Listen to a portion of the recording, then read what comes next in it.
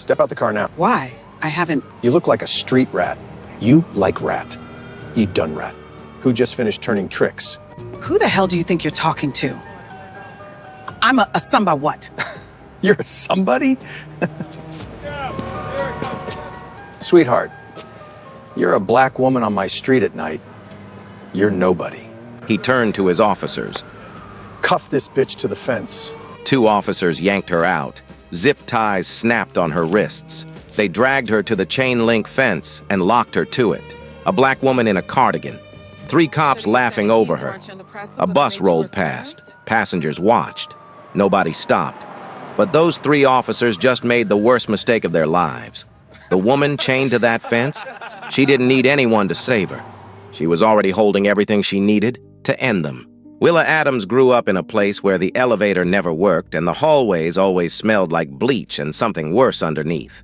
East Side housing projects, Building C 4th floor.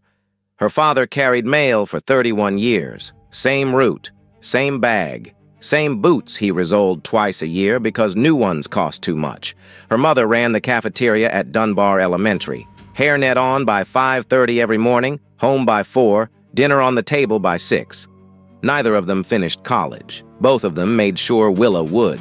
Full scholarship to Howard. Top of her class at Georgetown Law, clerked for a Court of Appeals judge who told her on her first day, "You don't belong here, you belong higher."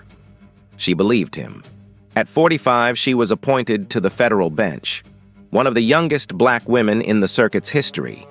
The kind of headline that makes the news for one day and then disappears, unless you're the woman who has to live up to it every single day after. But off the bench, Willa Adams didn't look like a headline. She drove a 9-year-old Volvo with a dent on the rear bumper she never bothered to fix. She wore cardigans she bought on sale. She kept her reading glasses on a beaded chain her mother made. Every Friday evening, same routine. Drive to Maplewood, sit with her mother, eat leftovers, watch Jeopardy, kiss her on the forehead, drive home. Tonight was no different. 7:40 p.m. Willa backed out of her mother's driveway. The porch light clicked off behind her. Her mother, 78 and recovering from a hip replacement, waved once through the window and shuffled back to her recliner. Willa tapped her phone on the dashboard mount. 1 ring. Elliot Crane picked up. "Hey, Judge. How's your mom?" "Doing better. She beat me at Jeopardy again." Elliot laughed. 20 seconds of small talk. Then his voice shifted. Lower. Careful. "So, Monday, the Ridgemont Warrants. Marshall Pearson confirmed her team. Service is set for 0600, 3 simultaneous pickups." "Good." Willa turned onto Ridgemont Boulevard. Street lights stretched ahead in a long orange line. "Lawson, Kemp, and Nolan, all 3 at their residences?" "Affirmed. Pearson staging her team at the district office Sunday night." 14 months, Willa said quietly. 23 documented incidents. 312 stops. Let's make sure Monday goes clean. "Copy that. Anything else tonight?" "Yeah," she smiled. "What was that book you mentioned last week? The one about..." She kept driving. Elliot kept talking. The phone stayed connected. 4 miles away, the Ridgemont precinct smelled like burnt coffee and floor wax. Sergeant Derek Lawson stood at the dispatch window, arms crossed, chewing on a toothpick. 18 years on the force, 44 years old. 2 disciplinary notes in his file. Both dismissed. He wore his badge like a crown and his authority like a weapon. Travis Kemp leaned against the wall beside him. 36, built like a linebacker who never left the weight room. He didn't think much. He didn't need to. Lawson did the thinking. Bryce Nolan sat on the bench by the door, scrolling his phone. 28, 2 years on patrol. He'd joined the force to pay off student loans, not to become what he was becoming. But every Friday, he climbed into the back of Lawson's cruiser and kept his mouth shut. Lawson checked the wall clock. 40 minutes left on shift. "One more run," he said. "Maplewood corridor." Kemp grinned. "Hunting season?" Lawson pulled the toothpick from his mouth. "I want one more good one for the board." He called it the board. A whiteboard in the break room where they tallied weekly stops. Unofficial, unrecorded. Lawson's name was always on top. He'd made sure of that for 3 years running. Nolan slipped his phone into his pocket. He didn't say anything. He never did. They walked out into the warm evening air. 3 doors slammed. The cruiser pulled out of the lot and turned east, toward Maplewood, toward a 9-year-old Volvo with out-of-county plates, toward a woman in a cardigan who had already signed their fate. Willa saw the lights before she heard the siren. A single chirp, short, sharp. Red and blue flooding her rearview mirror like a heartbeat.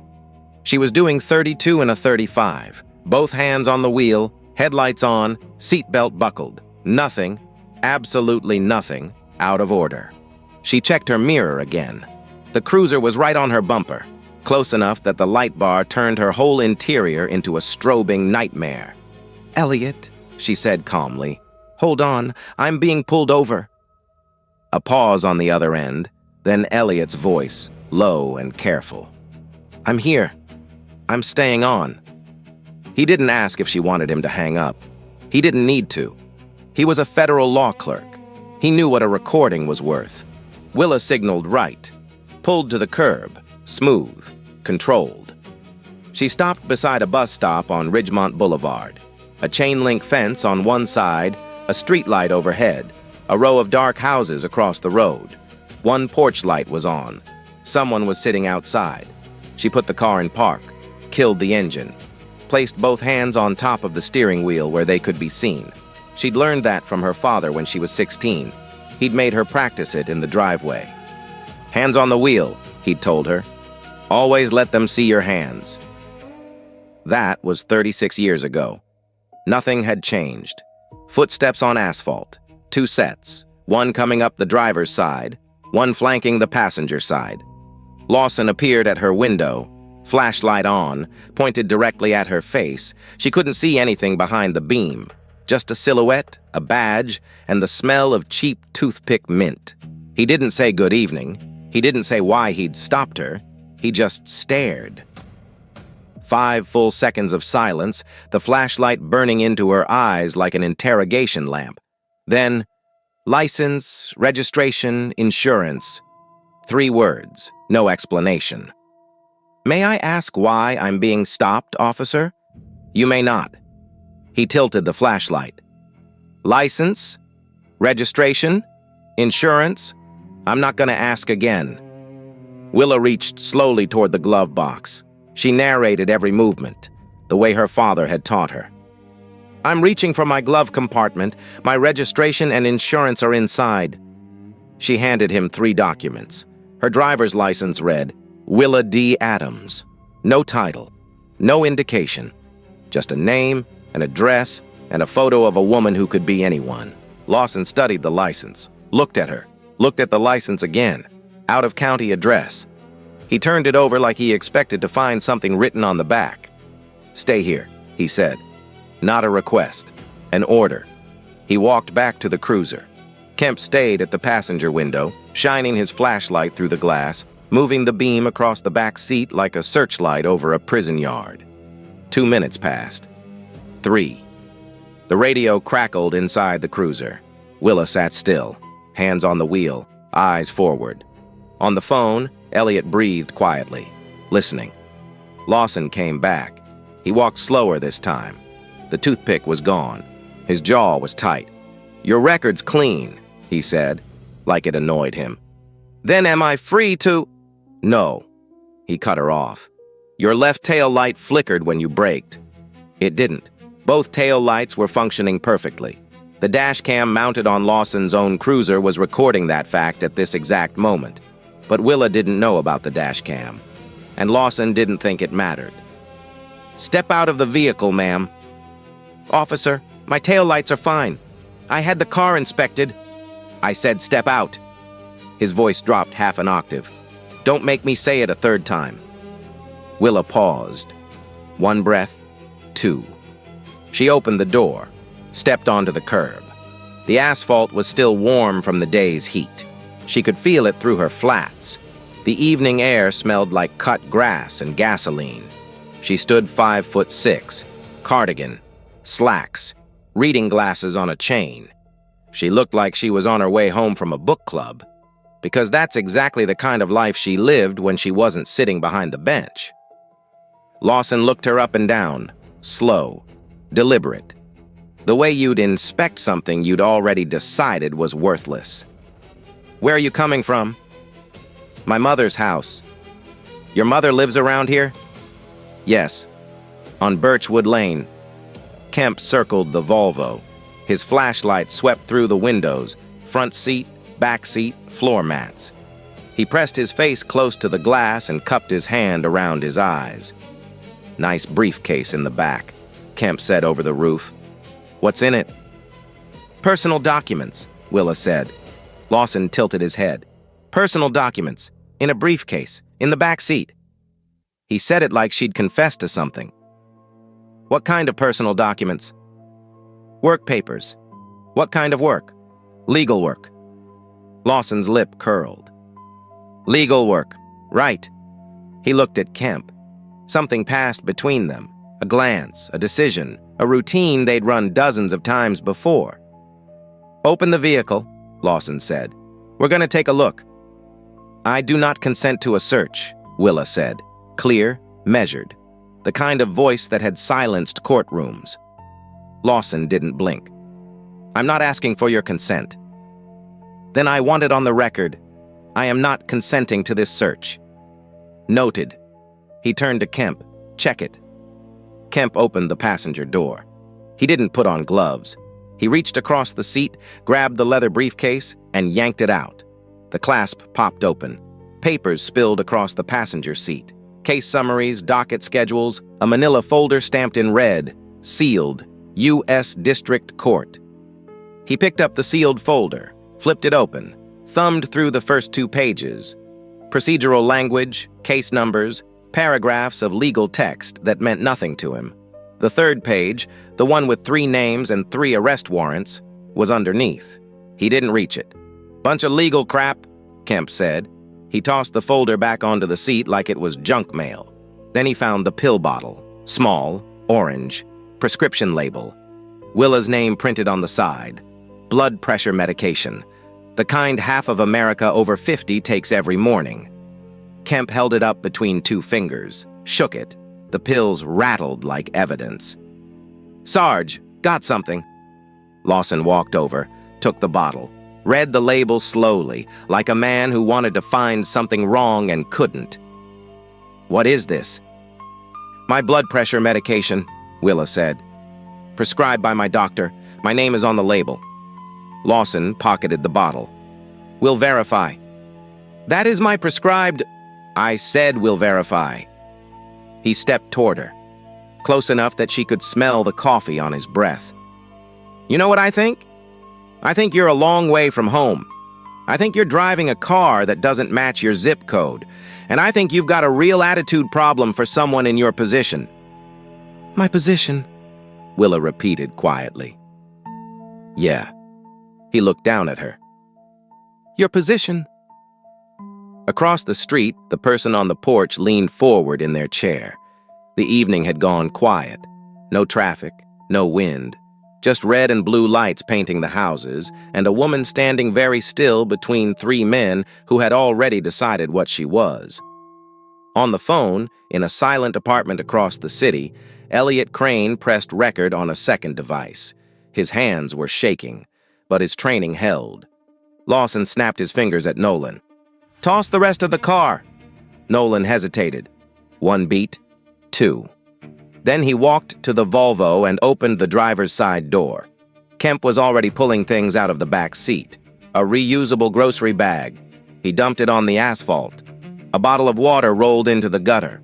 A library book landed face down, its spine cracking against the curb. Nolan opened the center console. Receipts, a phone charger, a pack of tissues. He held each item up to the streetlight like he was cataloging evidence at a crime scene. "Anything?" Lawson called. "No, Sarge. It's clean." "Check under the seats." Nolan knelt on the asphalt and reached under the driver's seat.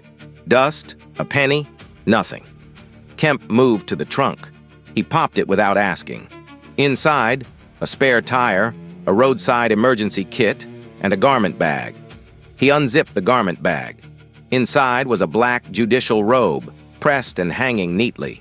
He stared at it for 2 seconds. "Some kind of graduation gown," Kemp muttered. He zipped it back up, tossed it aside. That robe had been worn in 114 federal proceedings. It had presided over sentences totaling 600 years, and the man holding it didn't even know what it was. Lawson walked back to Willa. She was still standing exactly where he'd left her, hands visible, feet together, face calm. That calm bothered him. He could see it working on him. The way her stillness made his authority feel smaller. Every second she didn't flinch was a second he wasn't winning. "Turn around," he said. "Hands on the vehicle." "Why?" "Officer safety. Turn around." Willa turned. She placed her palms flat on the warm hood of the Volvo. The metal was still ticking from the engine heat. Lawson patted her down, slowly, shoulders, arms, waist, down each leg. He took his time, not because he was thorough, but because he wanted her to feel it, every second of it. Kemp stood 3 feet away, arms crossed, smirking. Nolan looked at the ground. "She's clean, Sarge," Kemp said. "Car's clean, record's clean. Maybe we just... I'll decide when we're done." Lawson stepped back, pulled a zip tie from his belt, not handcuffs, a zip tie, the kind you'd use on a cable bundle or a garbage bag. He grabbed Willa's left wrist and yanked it behind her back. "What are you doing?" Willa's voice sharpened for the first time. "I've cooperated with everything you've... You're being detained." He pulled her right wrist back. The zip tie ratcheted tight. The plastic edge bit into her skin, a thin line of white pressure against dark skin. "Detained for what?" "For my safety. While we complete our investigation." "What investigation? You've searched my car. You've searched me. My record is clean. You have no probable... Walk." He gripped her arm above the elbow and steered her toward the chain-link fence beside the bus stop. 6 steps. 7. Her flats scraped against the sidewalk. He pushed her against the fence. The metal diamonds pressed cold into her back and looped a second zip tie through her restraints, threading it through the chain link. He pulled it tight.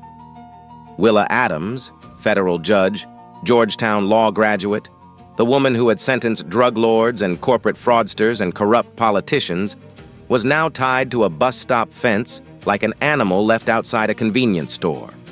She couldn't move more than 4 inches in any direction. "Sarge," Nolan's voice, quiet. "Is the fence really neck?" "She's fine." Lawson didn't even turn around. "Go run her plates one more time." Nolan opened his mouth, closed it, walked back to the cruiser. The street was quiet. A dog barked somewhere behind the houses. The street light above buzzed, the low electric hum of a bulb that needed replacing. A bus came around the corner, Route 34. It slowed as it approached the stop, then the driver saw the cruiser, the lights, the woman on the fence. The bus didn't stop. It rolled past at 10 miles an hour. Through the windows, a dozen faces turned, eyes wide, mouths open, phones out. Nobody got off. The bus kept going. Its taillights disappeared around the bend, and the street was quiet again. Lawson planted himself in front of Willa. He put one hand on the fence above her head and leaned in. Close. Too close. She could smell the coffee and the mint and the leather of his belt. "You know what your problem is?" he said. Casual, conversational, like he was giving advice. Willa said nothing. "Your problem is you people always make it harder than it has to be. Just cooperate. Say yes, sir, no, sir. Keep your head down. But no, you gotta have an attitude. You gotta act like you're somebody." He shook his head, and then you wonder why this happens. "If you people would just cooperate," he said, "none of this would ever be necessary." He said it the way a man says something he's said 100 times before, practiced, comfortable. A philosophy he'd built his entire career on. Willa looked at him, straight into his eyes. She didn't blink. She didn't cry. She didn't beg. "Are you finished?" she said. Lawson stared at her. Something flickered behind his eyes, not guilt, not doubt, irritation. The kind of irritation a man feels when the thing he's trying to break refuses to break. He stepped back, pulled out his phone. $20 says she's got a prior we missed. Kemp laughed. "I'll take that bet." They ran her name one more time. It came back clean, again. No warrants, no arrests, no violations, not even a parking ticket. Lawson stared at the screen. His jaw tightened. He pocketed the phone without a word. 200 feet away across the street, the person on the porch had stopped rocking in their chair. They were holding their phone up, horizontal, recording. They'd been recording for the last 5 minutes. The red light on the screen blinked steady in the dark. And in a quiet apartment 14 miles away, Elliot Crane sat at his kitchen table with 2 phones in front of him. One was still connected to Willa. Every word, every sound, every silence captured in a continuous audio file. The other had sent a text message 11 minutes ago. The message read, "Judge Adams detained by Ridgemont officers. 3 males. Active recording. GPS location attached." The recipient was U.S. Marshal Denise Pearson. Pearson's team, 4 marshals and 2 vehicles, had been staging at the district office for Monday's warrant service. They were 15 minutes away. 11 minutes had already passed. They were now 4 minutes out. Headlights, 2 sets, moving fast down Ridgemont Boulevard. No sirens, no flashers, just the low, steady growl of engines, the kind of sound that doesn't ask for attention but takes it anyway. Lawson noticed first. He squinted past the cruiser. 2 black SUVs, government plates, tinted windows, antennas on the roof. "The hell is this?" Kemp turned. Nolan stepped closer to the cruiser like he was thinking about getting inside. The SUVs pulled in behind the patrol car. Clean, precise. The kind of formation that comes from training, not habit. 4 doors opened at once, synchronized, mechanical, and 4 figures stepped out. Tactical vests, holstered sidearms, 3 white block letters across every chest, U.S. Marshal. Lawson straightened up, adjusted his belt, puffed out his chest the way he always did when someone new showed up at his scene. He owned this street. He owned this stop. He owned the woman on the fence. That's what he believed. The lead marshal walked forward. A black woman, mid-40s, badge on her vest, eyes already moving, scanning the ransacked Volvo, the papers on the ground, the library book with the cracked spine, the grocery bag in the gutter, then the fence. The woman zip-tied to it. Her expression didn't change, but her pace did. She walked faster. Lawson stepped into her path, chest out, chin up, blocking. "This is an active traffic stop," he said, voice loud enough for everyone. "Whatever you need, it can wait. You need to—" "Sergeant Derek Lawson." She said his name, not a question, not a greeting, a statement. The way a clerk reads a charge in open court. Lawson's jaw stopped moving, his eyes narrowed. She shouldn't know his name. There was no reason, no possible reason, for a U.S. Marshal to know the name of a patrol sergeant on a Friday night traffic stop in a neighborhood nobody important ever came to. Unless. Something cold moved through his chest. He didn't know what it was yet. But his body knew. His body was already 2 steps ahead of his brain. "I'm U.S. Marshal Denise Pearson." She held her credentials up, steady, unhurried. "Step away from the detainee." "Now hold on, Marshal. I don't know what you think is—" "I didn't ask what you think. I said step away from the detainee. Now." Lawson stepped back. His boots scraped the curb. He didn't decide to move. His legs just did it. Something in her voice left no room for the word no. Pearson walked past him, past Kemp, who stood frozen with his arms half-crossed like a mannequin someone forgot to finish posing, past Nolan, who had gone so pale he looked like a different person. She walked straight to the fence. Willa Adams stood there, wrists red, cardigan twisted sideways, reading glasses hanging crooked from the chain around her neck. She hadn't moved since they tied her.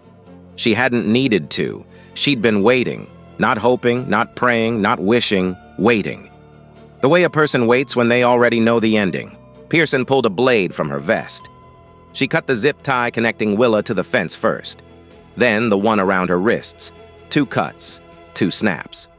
The plastic pieces fell to the sidewalk and lay there like shed skin. Pearson looked at Willa, and for the first time all night, someone spoke to her like a human being. Judge Adams. Quiet, steady, respectful. Are you injured? 2 words. Judge Adams. They hit the street like a detonation with no sound. Lawson heard it first. His whole body came apart, not all at once, but in sequence, like a building collapsing floor by floor. The jaw dropped, the shoulders caved, the color drained from his face, starting at the hairline and sliding down like someone had pulled a plug. His hands, the same hands that had yanked the zip ties tight, went limp at his sides. Judge Adams. The woman he'd called a street rat, the woman he'd called a hooker, the woman he'd tied to a fence and stood over laughing. A federal judge. Kemp's reaction was slower. He blinked, looked at Lawson, looked at the woman.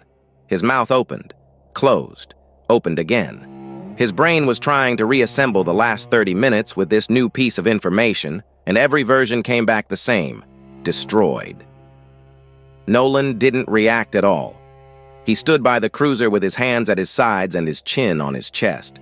He looked like a man watching the last door in his life close and knowing he was the one who locked it. Willa rubbed her wrists. Slowly. 2 red lines circled each one, perfect impressions of the zip ties, pressed into her skin like bracelets made of damage. She rolled her shoulders, adjusted her glasses, straightened her cardigan. Every movement was deliberate, unhurried. The composure of a woman who had spent her entire career making sure the law meant something and had just felt on her own skin what happens when it doesn't. Pearson turned to face the 3 officers. She reached into the SUV and pulled out a leather folder, opened it. 3 documents, 3 names, 3 warrants. Sergeant Derek Lawson. He flinched, like the sound of his own name burned. Officer Travis Kemp. Kemp's arms dropped to his sides, dead weight. Officer Bryce Nolan. Nolan closed his eyes. I am here to serve federal arrest warrants. You are being taken into custody on charges of civil rights violations under 18 U.S.C. Section 242, deprivation of rights under color of law. Lawson's voice came out cracked, broken, a whisper pretending to be words. This is a mistake. We were conducting a lawful... These warrants, Pearson said, were authorized by the Honorable Willa D. Adams, United States District Judge for the Southern District. She stopped. Let the silence hold. 1 second, 2, 3. Long enough for every man on that curb to feel the full weight of what was happening. Then she pointed, one finger, steady, unhurried, to the woman standing 3 feet away. The woman with red marks on her wrists and a crooked pair of reading glasses and a cardigan that smelled like her mother's house. The woman you just had zip-tied to that fence. Silence. Not quiet.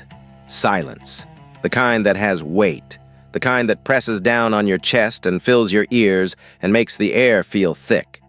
The red and blue lights from the cruiser were still flashing. The street lights still buzzed. A bus schedule flapped against the chain-link fence in a breeze that nobody felt. Nobody moved. Lawson opened his mouth one more time. His lips moved. No sound. A man trying to rewind a moment that was already history. Willa looked at him. Not with anger. Not with triumph. Not with the satisfaction he would have shown if the roles were reversed. She looked at him the way she had looked at hundreds of defendants from the bench, with the steady, unblinking certainty of someone who had weighed every fact, measured every action, and found the total wanting. You had every chance to stop, she said. Quiet, final, every single chance. She turned, walked to the marshal's SUV, got in, closed the door. Through the window, the red marks on her wrists caught the streetlight one last time. Pearson didn't waste time. "Hands behind your back. All three of you." Lawson went first. The marshal behind him pulled his wrists together and closed the handcuffs. Real ones, steel, the kind that click and lock and don't care who's wearing them. The sound echoed off the chain link fence like a period at the end of a sentence. 18 years on the force, 2,000 stops, one pair of handcuffs, and for the first time in his career, they were on him.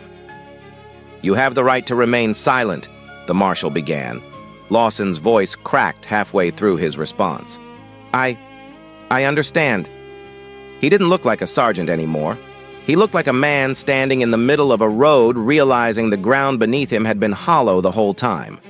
Kemp was next. He tried to talk his way through it, the way he'd talked his way through everything. "This is a misunderstanding. We didn't know she was a judge. This was a routine traffic stop. We followed procedure. The charges aren't about who she is," Pearson said. She didn't raise her voice. She didn't need to. "They're about a 14-month pattern of who you targeted. Every stop, every search, every lie you wrote in a report. Tonight was just the last page." Kemp shut his mouth. The handcuffs closed. Nolan didn't resist.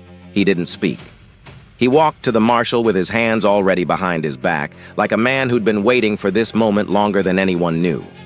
His eyes were wet. He stared at the ground the entire time. 3 officers, 3 sets of handcuffs, 3 men standing on the same curb where they'd tied a woman to a fence 20 minutes ago. The irony didn't need narration. It just sat there, heavy, obvious, permanent. 20 minutes later, headlights again. A dark sedan this time. Captain Russell Greer, 56, gray at the temples, 28 years in the department, stepped out with his jaw already clenched. He walked straight to Pearson, stood too close, spoke too loud. "Those are my officers. Whatever this is, it goes through my office first." Pearson reached into the SUV, pulled out a document, thick, bound, federal seal on the cover. 68 pages, she said. 23 documented incidents. 312 racially targeted stops, exposed through a 14-month federal investigation. She held it out to him. Greer took it. His eyes moved to the table of contents, then stopped. "Section 12, Pearson said. "Supervisory failures. Your name is on it, Captain. 7 formal complaints filed against these officers over the past 3 years. Every single one, closed. No action, no investigation, no documentation." Greer's hand tightened on the binding. The paper crinkled under his grip. "I need to call my attorney," he said. "That would be wise." 2 federal agents approached the patrol cruiser. One opened the driver's door and removed the dash cam unit, carefully, gloved by the book. That dash cam had been recording since the moment Lawson activated his lights. It captured the stop, the approach. Both of Willa's tail lights, working perfectly, glowing red, not a flicker. The flickering tail light that started everything had never existed. And now there was video proof. Elliot Crane's phone recording was already being transferred to a federal evidence server. Continuous audio. 43 minutes of every word, every order, every silence. Including 6 words that would play in a courtroom and never be forgotten. If you people would just cooperate. And then there was the neighbor. Across the street, the porch light was still on. The person who'd been sitting outside had gone back into the house 12 minutes ago. But their phone, held horizontal, propped against the railing for the last 9 minutes of the encounter, had captured everything from the moment Willa was tied to the fence to the moment the marshals cut her loose. That footage was already uploaded, shared to a family group chat, forwarded to a cousin who worked at the local news station. By midnight, it would be on television. By morning, it would be everywhere. The fence still had a piece of snapped zip tie hanging from the chain link. It swayed in the breeze, a small white strip of plastic catching the streetlight. The only thing left of the worst 20 minutes of 3 men's lives.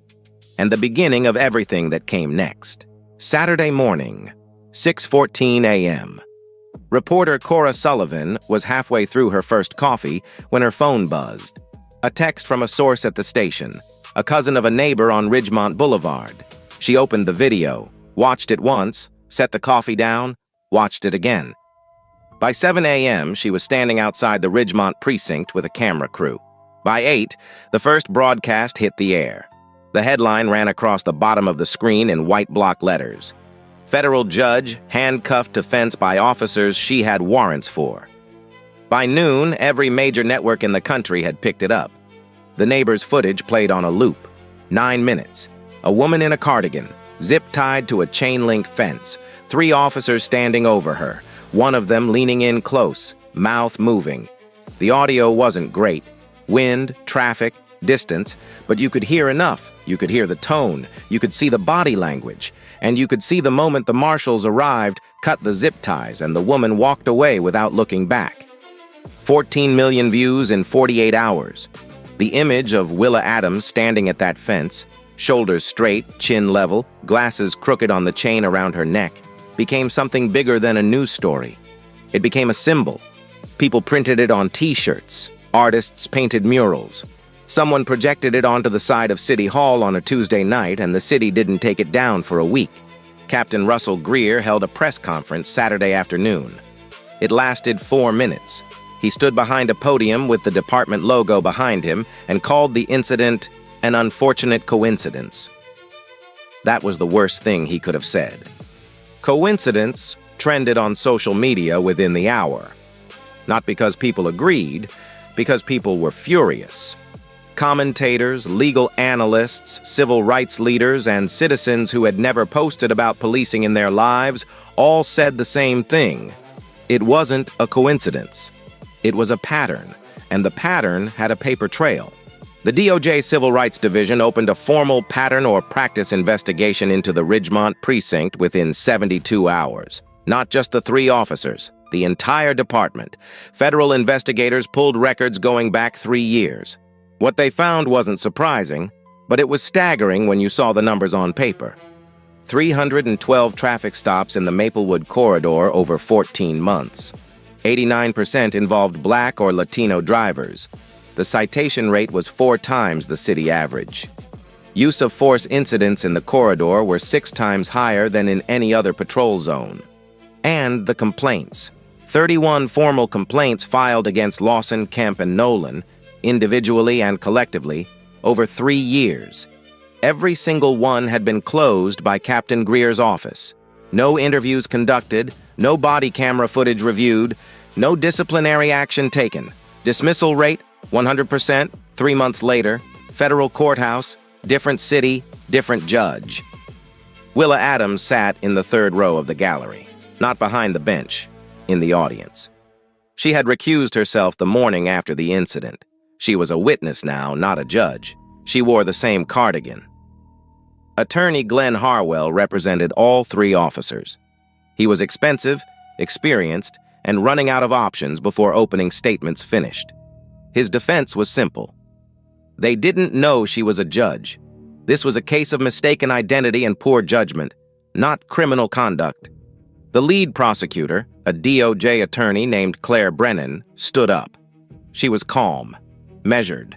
She looked at the jury the way a teacher looks at a class before delivering the lesson that matters most. "Counsel is right about one thing," she said. "They didn't know she was a judge." She paused. That's exactly the point. The courtroom went silent. They didn't know she was a judge, so they treated her the way they treat every Black person they pull over, with contempt, with fabrication, with force. The only reason we're here today isn't because they did something unusual that night. It's because, for the first time, they did it to someone with the power to hold them accountable. She let that settle. Then she pressed play. The dash cam footage appeared on the courtroom monitors. Willa's Volvo, both taillights, glowing red, perfectly functional, no flicker. The fabricated probable cause, the entire foundation of the stop, exposed in 12 seconds of video. Then Elliot Crane's audio recording, 43 minutes.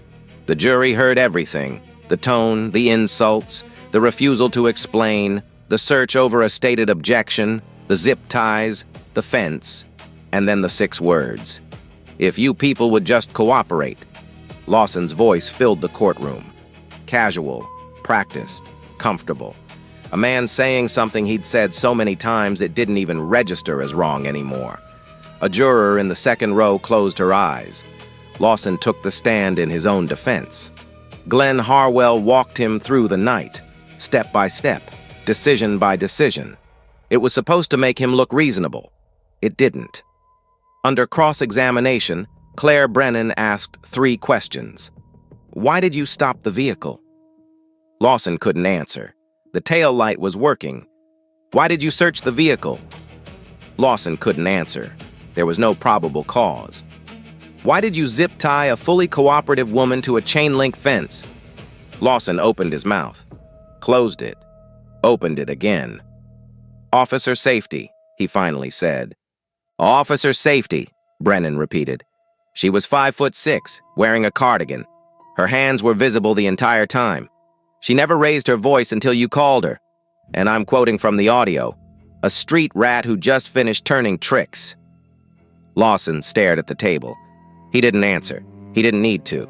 The audio had already answered for him. The jury deliberated for 4 hours. Guilty. All counts. All 3 defendants. Sentencing came 6 weeks later. Sergeant Derek Lawson, 8 years federal prison, lifetime ban from law enforcement. The judge called his conduct a calculated pattern of racial terrorism carried out under the protection of a badge.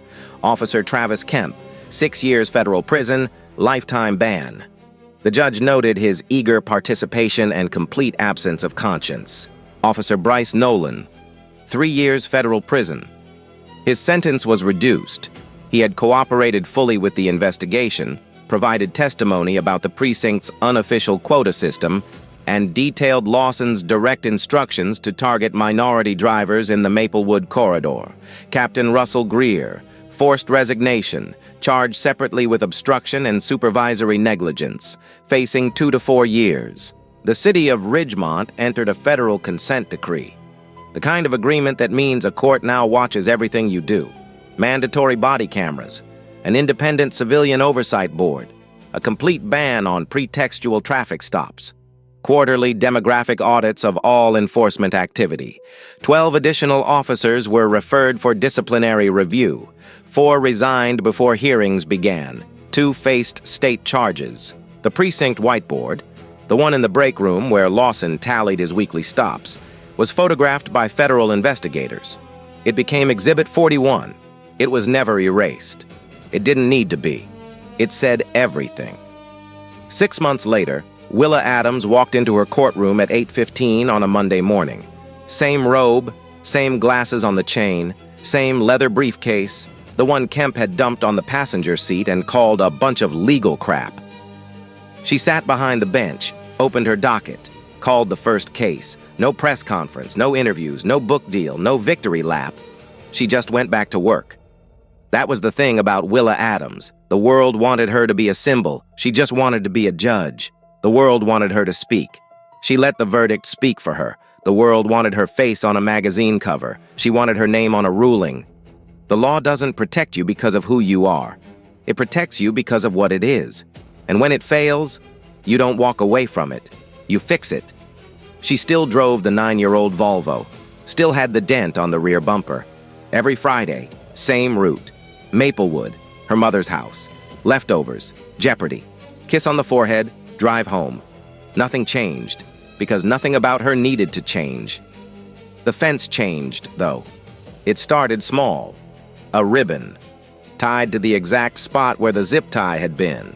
Purple, frayed at the ends, no note, no name, then a handwritten card in a plastic sleeve. The Fourth Amendment protects all people. Then flowers, then candles, then a framed copy of the Bill of Rights, laminated and wired to the chain link so the wind couldn't take it. Then the photos. People started leaving photos of their own encounters. Polaroids, printouts, handwritten stories taped inside Ziploc bags.